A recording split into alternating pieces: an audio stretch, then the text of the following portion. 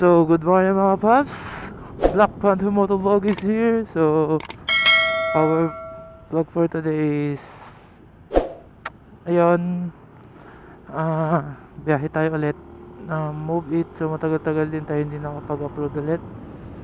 Pasensya na mga paps kung talagang matagal ako mag-upload kasi minsan kasi hindi ako bumabiyahe. May ginagawa sa bahay. Diba, may mga personal din na ginagawa. So by the way, salamat pala doon sa mga nanood nung last na upload ko. Umabot siya ng 300 ba yun? 360 ay 70 or 270 something ganon. So maraming salamat. Na-appreciate ko yung panonood nyo sa vlog ko. Kahit di pa masyadong magaling mag-edit. So may isang kapaps tayo na na nag-comment kung ano daw ang pinagkaiba ni Joyride at ni Move It. So ayun, matawag dito na makapag-explain ng si Move It po kasi nung as my experience is po siya, nung pumasok po ako kay Move It last, di ko alam ko this year lang din or last, this year lang din kasi ako pumasok kay di ko alam kung February, mga ganun ata yun ako pumasok kay Move It as their rider. So nung pumasok ako, may libre pa akong helmet, dalawa, and then isang vest, and then isang sleeves.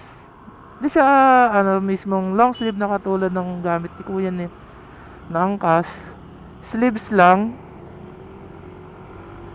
Yung lang, yung sa kamay lang mismo na kulay red. So ang pinagkaiba kasi namin ni Joyride, si Joyride kasi pagka bago ka sumalang or maging rider nila is may payment sila for their uniforms like helmets, their long sleeves, etc. Sa Move It kasi, sa amin kasi is libre na kami uniform, libre vest, libre ng dalawang helmet, and then ang matindi pa doon, libre pa top up, 'di ba? No? So, eto papakita ko sa screen, 'yan. Yung nasa screen nyo ngayon is yan yung binibigay ni Move It pag nag-rider kayo. No? So, balikan ko yung mga paps, malapit na ako sa first pickup natin, no? So, peace out muna. Bye-bye. A few minutes later. So, what's up mga paps? So, yun nga. Drop ko na si ma'am. So, balik tayo sa topic natin. So, yun nga. Yung pinagkaiba namin ni Joyride and nitong kay Move It is yun, free kami lahat. Like helmet and vest, ID, and then free training, and then meron din kami, ewan ko lang kung nagbibigay pa rin hanggang ngayon nung sleeves, no? And then isa pang pagkakaalam ko is merong free top up, ano pa ba, tapos ang nagustuhan ko pa kay Move It is marami siyang incentives like incentive for the day, and then meron pa siyang incentive na magbibigay siya ng 3 days na parang bibigay siya ng rides na kailangan mong kumpletuhin sa 3 araw na yon. Every kasi dalawang hati yun eh. isang 40 sa akin kasi sa ano ko sa apps ko nakalagay is isang 45. Yung 45 rides na yon kailangan within 3 days ay ano, dalawang bracket pala siya. Within 3 days dapat matapos mo siya. Yung first bracket is yung 45 rides, and then yung second bracket is 60 rides. Yung first bracket may ano yon, may allocation yun kung magkano ibibigay sa iyo ni Move It na incentive. Like yung sa akin, yung 45 rides ko, ano, 350 ata yun. Iba pa yung ano pa yun ha. Iba pa yung sa per day mo na incentive. No? Yung per day mo, ayun, tapusin ko muna yung isa. So, yung ano mo, yun nga, yung 3 days na kailangan mong tapusin na yun is yung first bracket is 350, yung 60 rides sa second bracket is ano, 530, parang ganun ata yun, 530. So, yung sa ano naman, yung sinasabi ko sa inyo, yung per day na incentive is ano naman siya, 4 bracket. So, sa 4 bracket na yon may per rides yon. So, ang first bracket natin is ano ba yun? 80 gems. Per gems kasi, ang per gems per ride natin is may gem. So sa ano sa isa ride natin per book, online booking ha, hindi yung hail. Mamaya ikukwento, explain ko naman sa inyo kung ano yung hail. So yung first bracket, tawag dito, ang tawag dito, per ride mo is may ano 10 gems ka na ibibigay sa'yo ni Move It per online booking. So kailangan makawalo kang online booking para ma-hit mo yung 80 gems. Ang halaga naman nun is something, di ko alam basta nasa 100 ata. Tapos ang second bracket niya for ano, for daily incentive is ano, tawag dito, hindi ko alam kung 110 ata yung sunod na bracket.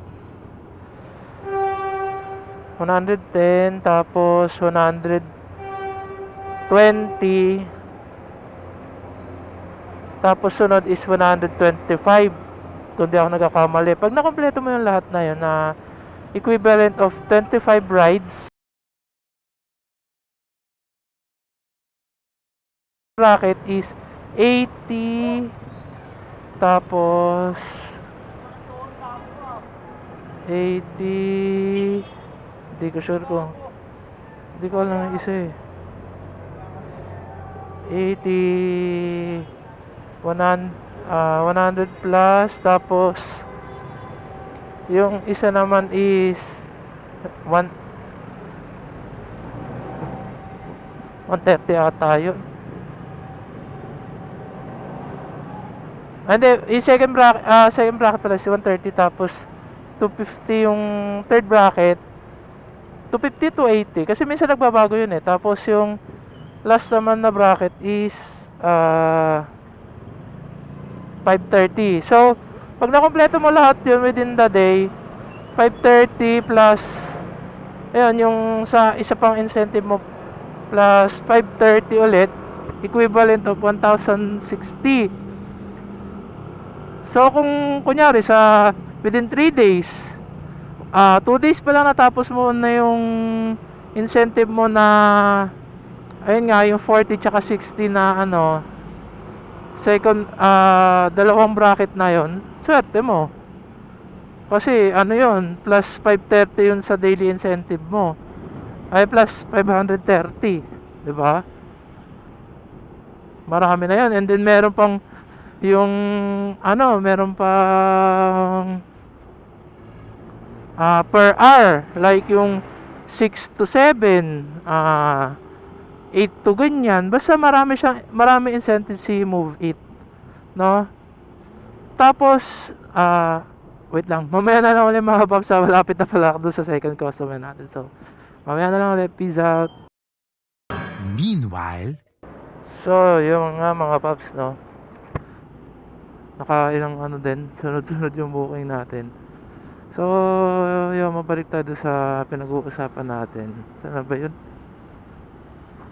Sa, basta yun nga, maraming incentive si Move It. At saka, isa pa, tawag dito. Ang pinagkaiba pa namin ni Joyride is, may hail kami tinatawag, or kami yung legit na habal-habal talaga, na pwede kami magtawag ng pasahero kahit walang booking. Hail ang tawag doon. So kami mismo ang magbubook mula sa apps namin. No, ang pinagkaiba nga lang nun sa online booking and din sa kami ang magbubook is, difference lang nun is yung sa fare lang, tataasan ng konti yun, mga 10 pesos lang siguro, no. Tsaka ang gems nun is lang, 5 gems. So yun, marami ways talaga para kumita kay Move It, hindi katulad ng kay Joyride na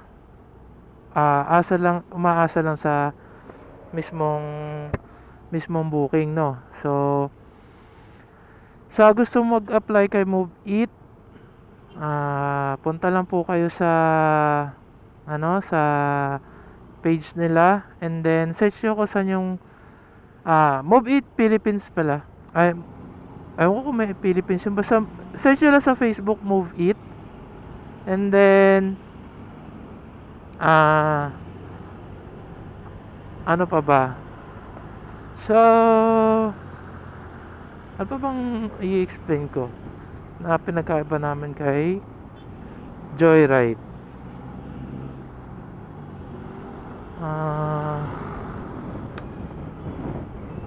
Di ko lang sure ano pa ba ang pinagkaiba, kasi nagtry na rin ako mag-apply dyan. So di ako natuloy kasi yung motor kailangan kasi daw may heat guard. So yung una ko motor is bonus 110. Walang heat guard yun, hindi katulad nito ni Panther na meron ng heat guard. So approve na sa kanila yun. So hindi ako nakatumuloy kasi masyado malayo, and then may bibilhin pa kasi mga mga uniform sila. Yan, suot ni Pops is helmet, jersey, ano pa bang binibili sa kanila. Yun, top up, wala silang free top up, and then wala rin silang hail. Yun, so yun lang mga Pops, marami rin, yun nga talaga is marami talagang ways kung paano kumita kay Move It. So mamaya papakita ko sa inyo kung magkano yung kinita ko ngayong araw sa biyahe natin ngayong araw, and then ano pa ba? Yun, so andyan sa screen nyo yung ayan, nasa screen nyo si Pops, yung nag-comment ng anong pinagkain mo ng Joyride and Move It, no? So maraming salamat dun sa mga nanonood, and marami rin salamat sa iyo Pops sa nagtanong kung anong pinagkaiba ni Joyride and ni Move It. And then ano pa ba? So yun mga Pops, mamaya na lang ulit. Ay hindi pa pala, malayo pa pala to. Malayo naman bigay, no?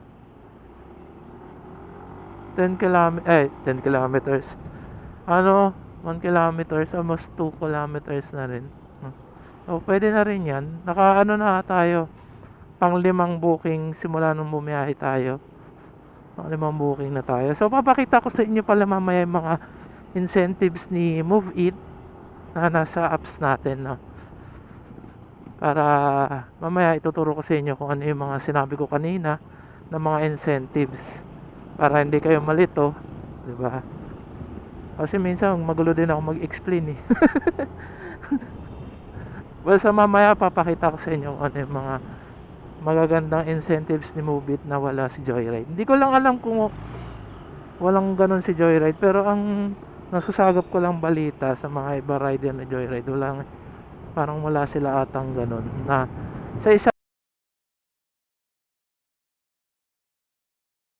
one, 'di ba? Mas marami talaga incentives si si Move It kaysa kay Joyride, no? At saka marami ways kung paanong may two ways kung paano kumita or kumuha ng pasahero kay Move It, no?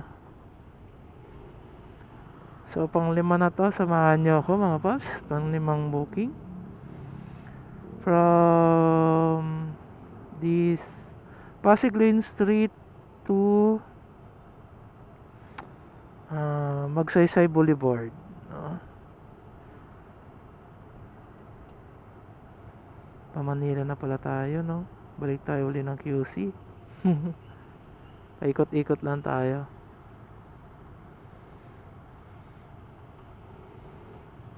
Ito mga suot kong to, pero lang dito sa suot kong long sleeve mga paps, ano to, binili ko talaga to. Pero yung ibibigay sa inyo ni Move It ngayon is dalawang helmet, isang, di ko lang alam kung may vest pa eh, o ano na lang, o yung short na long sleeve, hindi yung mismong ay sleeves pala, hindi siya yung mismong long sleeve. Yan, ganyan yung yung bagong vest ni Move It na ibibigay sa inyo. Yan yung suot ni Pops. Yan, ganyan. Yung sa akin kasi, to yung dating-dati pa. Yan kasing kay Pops meron na siyang hawakan. Ayun pala, yung dati pala kasi ang binibigay, ayan o, yan. Yan yung mga vest na binibigay. Yan yung una. Ay, ito pala suot ko yung una. Tapos, ewan ko kung saan dyan yung pangalawa. Tapos pangatlo, marami kasi nilabas na vest si Move It. So, ang na-receive ko pala nung unang apply ko kay Move It, wala akong nilabas sa pera dun mga paps ha. Kay Joyride kasi may mga babayaran kayo para magkaroon kayo ng vest. Ng uniform, I mean. Dalawang helmet, isang vest, isang sleeves, tagi-isang pares yan ha. Tapos yung yung para sa pasahero, yung kakapitan nila, yung parang, kasi sa amin dati belt pa lang. Ito kasing kay Pops, yan, tawag dito, meron ng, dali lang, nalilito na ako saan ba pupunta? Yung kay Pops kasi, meron ng hawakan sa likod, as in naka fixed na. Sa amin kasi dati, yan, magkahiwalay. Magkahiwalay yung belt.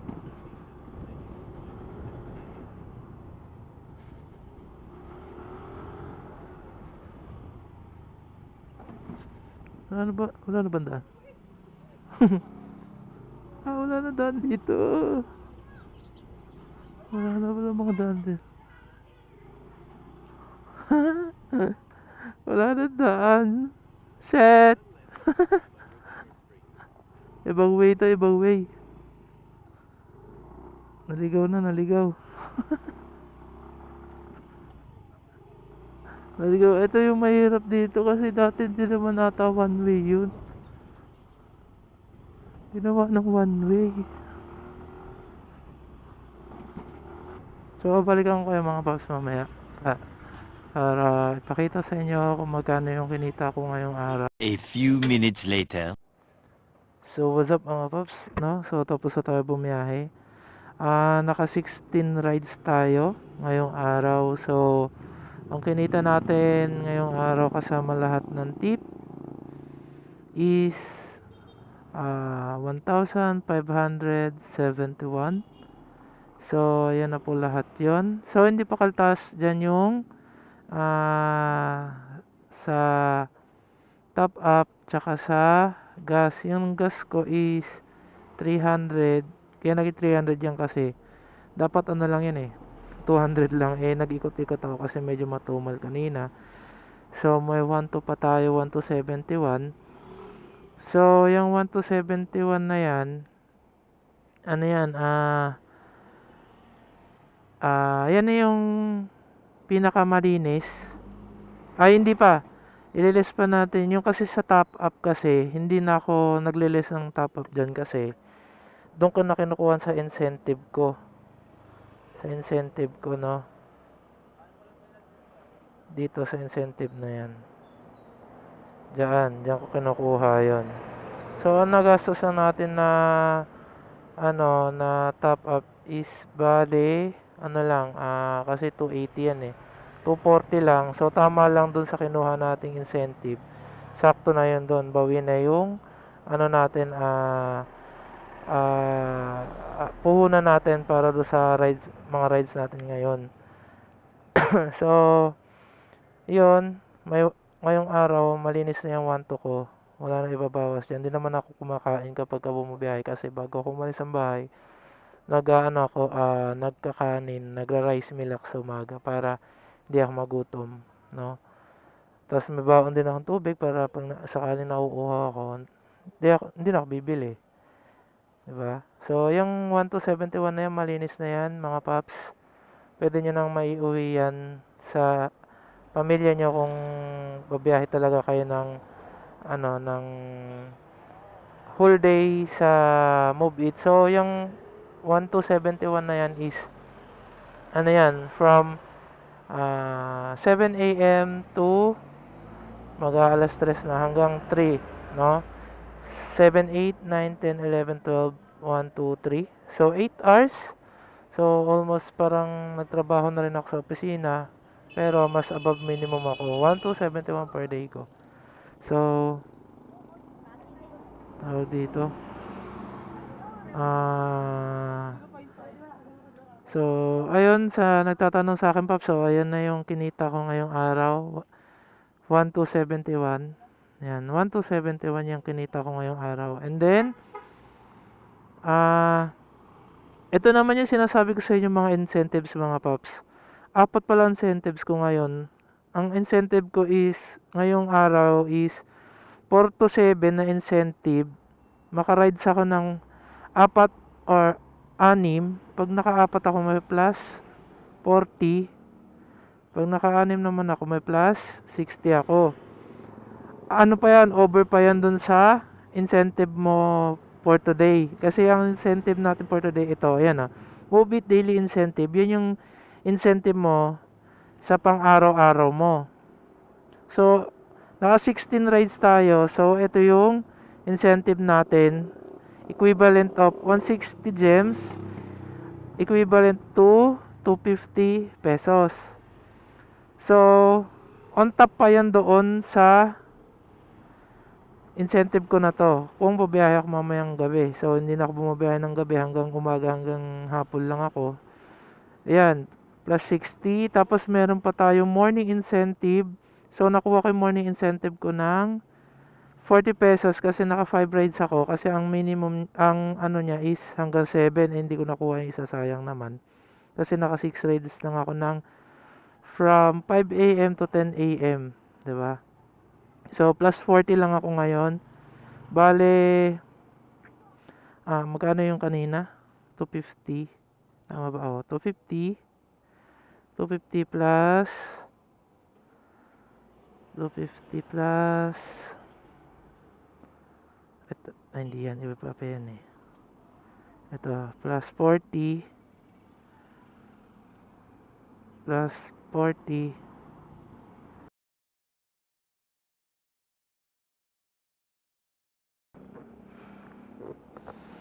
tapos meron pa tayong bonus incentive. Ayan yung sinasabi ko sa inyo. Ayan, 3 days yan. From August 28 to August 31. Dapat maka 45 ako. Pag naka 45 rides ako sa allocated days na yon, may 350 ako. O kaya pagka naka 60 naman ako na rides na yon, may 750 ako. Over the, ano pa yan, ipa-plus pa yan yung mga, ano mo, yung mga kinita mo, labas pa yun doon. O, diba? sobrang laki ng talagang kinikita ng movie pagka masipag ka talaga or talagang ipupulfill mo lahat ng mga incentive na yun. Meron nga ako nakita mga paps ano doon sa movie page, yung credit wallet niya, yung ganito, ito, yung cash wallet na yan. Alam niyo ba kung magkano naman nun? Almost 16,000, 'di ba? Kung masipag lang kayong bumiyahe, kakayanin nyo rin yun. Eh ako kasi sa isang linggo, 2 beses, 3 beses lang bumiyahe kasi may business pa akong ginagawa kaya hindi ko siya napupulfill lahat as in, 'di ba? So, sana nasagot ko yung tanong mo, Paps. So, yan pala si Paps yung nasa screen, pangalan niya. Yan yung nagtanong sa atin. So, sana natanong ko yung mga nasagot ko yung mga tanong mo. So, yun, uuwi na tayo mga paps. Yun lang. This is the end of the vlog for today. Kung hindi pa kayo nakasubscribe sa channel ko, subscribe na kayo. And like and share nyo na rin po. And click the notification bell para updated po kayo lagi sa mga bagong upload natin. So, yun lang. Maraming salamat. Peace out. Bye bye mga paps.